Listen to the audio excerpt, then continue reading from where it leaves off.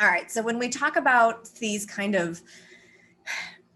gaps in income and these gaps in wealth, and how gaps in wealth have really been extended over time between Black populations and white populations, and how there have been these historical and federal policies that have kind of made it official, like codified it. And then we think about the things that you study, like housing and access to housing, I'll put it that way. Can you just tell us kind of briefly and from a wide perspective, how did and do neighborhoods become segregated? Well, so there's another way to interpret the data that I found that showed that homes in Black neighborhoods are priced 23% less, or 48,000 per home, with a loss of 156 billion in equity. There's another way to interpret that 23% or 48,000.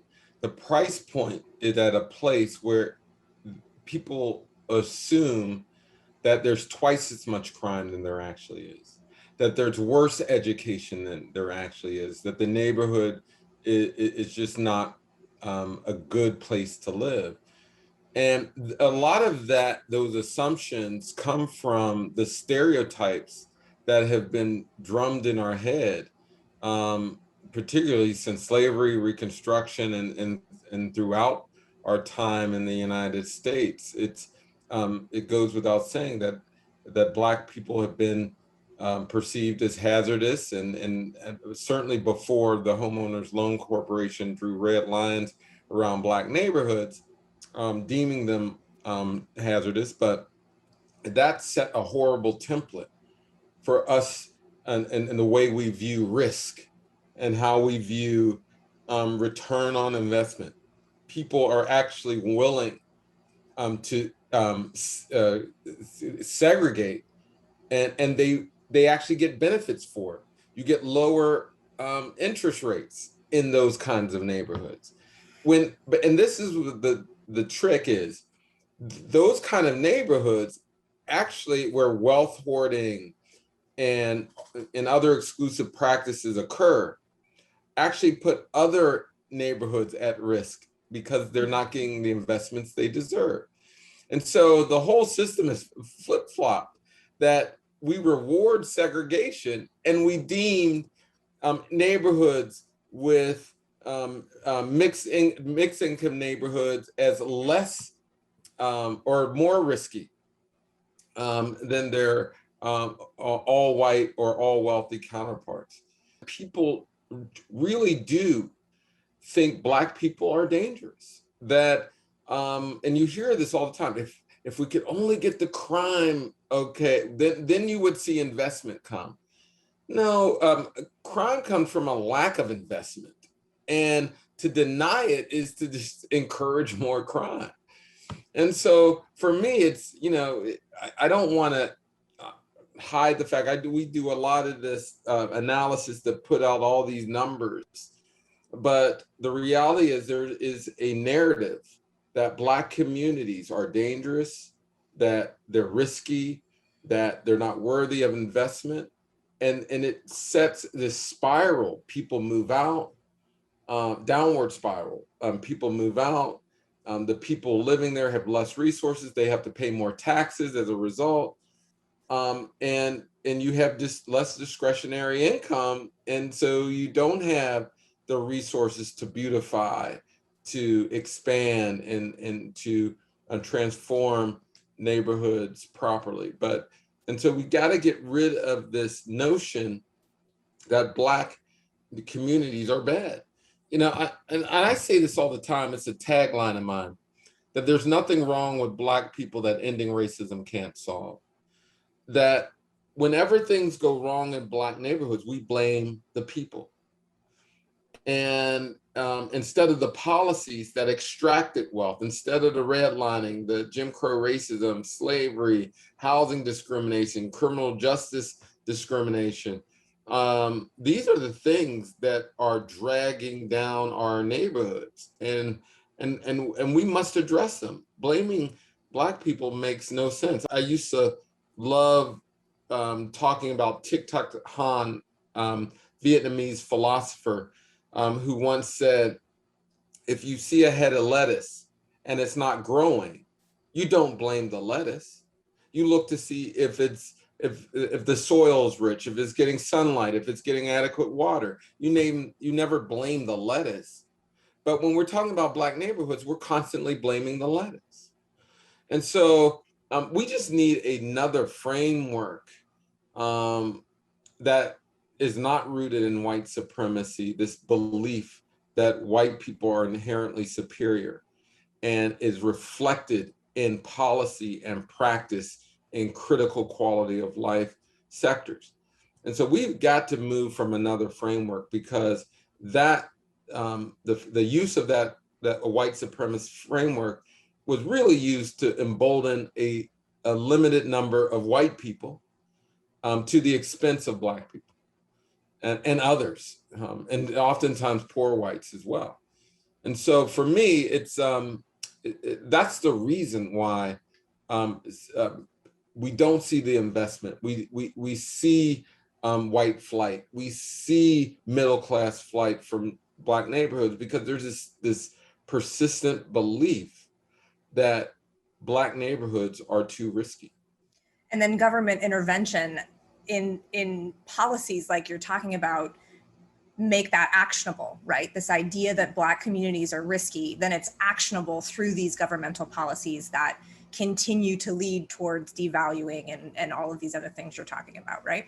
Oh, absolutely. I mean, I say this all the time to folks who will say the federal government needs to get out the way, that the federal government has been the primary instigator of racial injustice. And there is a lot of truth to that. But the reality is, one, Black people pay taxes and we deserve good government. But certainly the federal government, state governments, local governments have been part of the problem, but they're an undeniable part of the solution.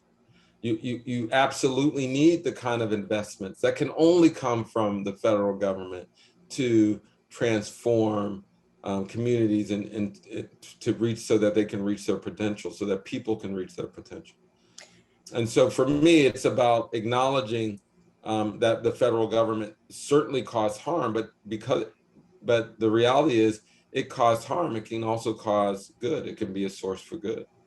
If you could just snap your fingers and put one federal policy or one set of federal policies into place to try and alleviate some of this, where would you start? Woo, that's a tough one, because there are no panaceas.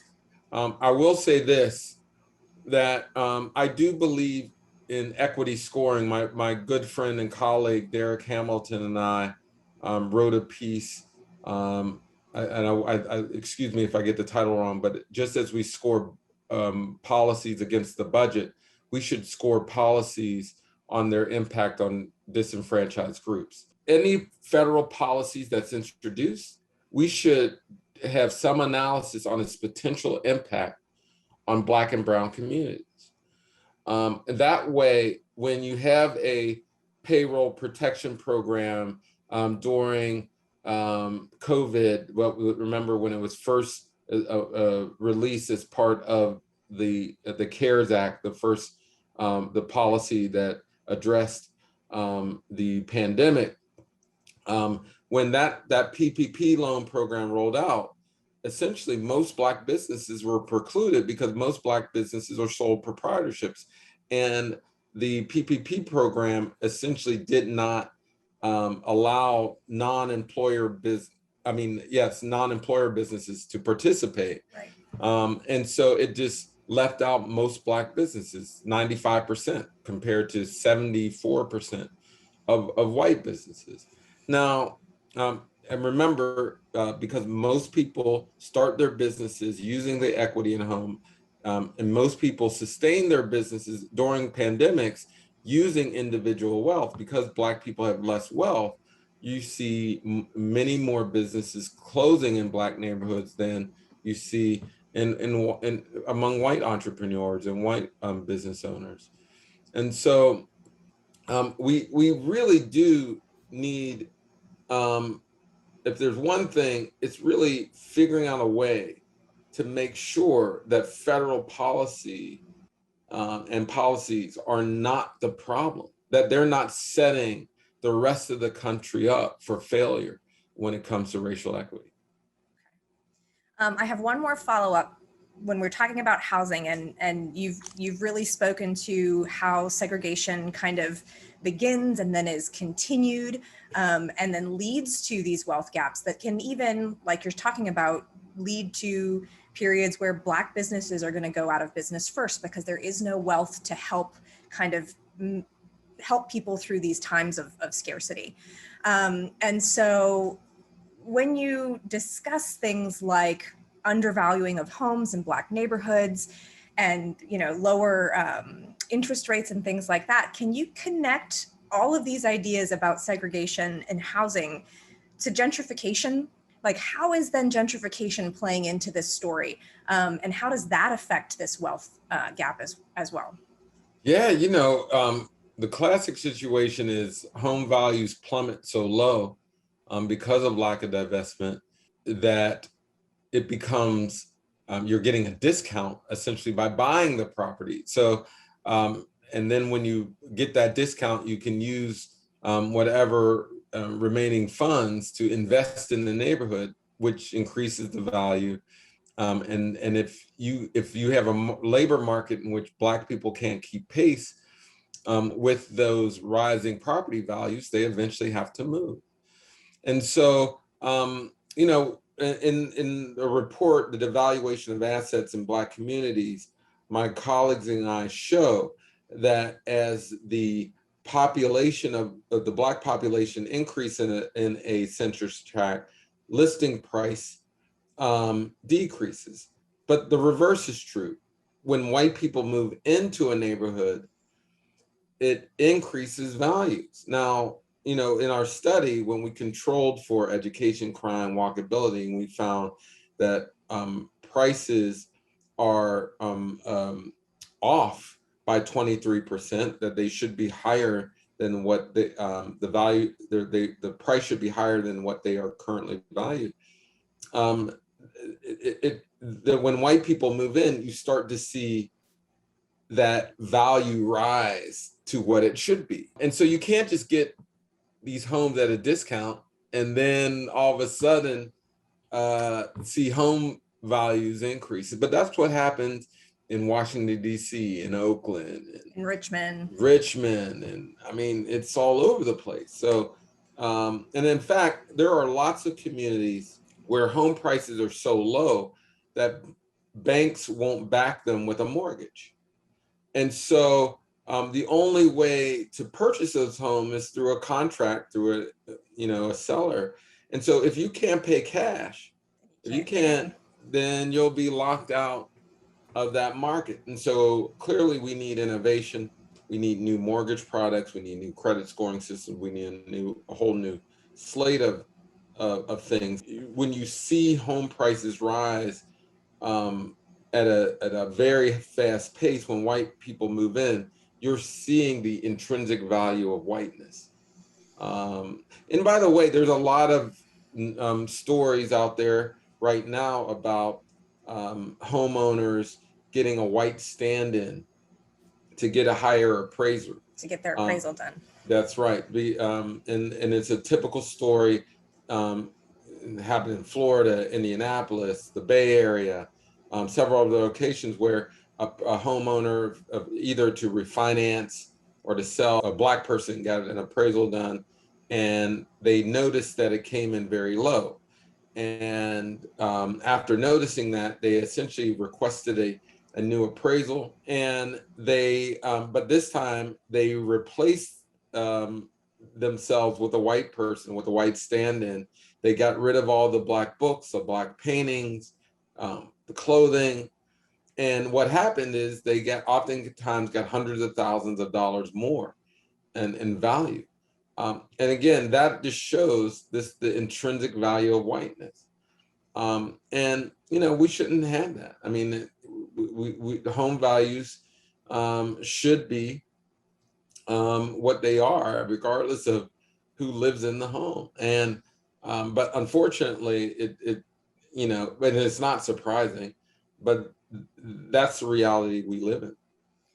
It also makes me wonder about, this idea of if we can put in new policies into place, or as you said, at least if the federal government isn't part of the problem, if there's still going to be basically the intrinsic value of whiteness when it comes to things like appraising houses, there's not a whole lot that legislation can really do to change that. Or do you think there is? Well, yeah, I think there is. I think, one, we have to punish um, this malfeasance and, Okay. in the very least, this incompetence that is occurring around appraisals. And we really do need new systems. What made our study different is we looked at home values across a metro. We didn't necessarily look at home values within a neighborhood. And you don't have to use neighborhood-based appraisal systems. We have enough data where we can see homes in across different neighborhoods with similar social circumstances, similar construction, and get values that way. We're not wedded to these old. I mean, we're wedded to them, but we don't have to be. We can certainly get a divorce around these practices, and so we need innovation. We need change. There's things we can do to mitigate the practices that also harbor or reward the value of whiteness wrongly. So things can be done for sure.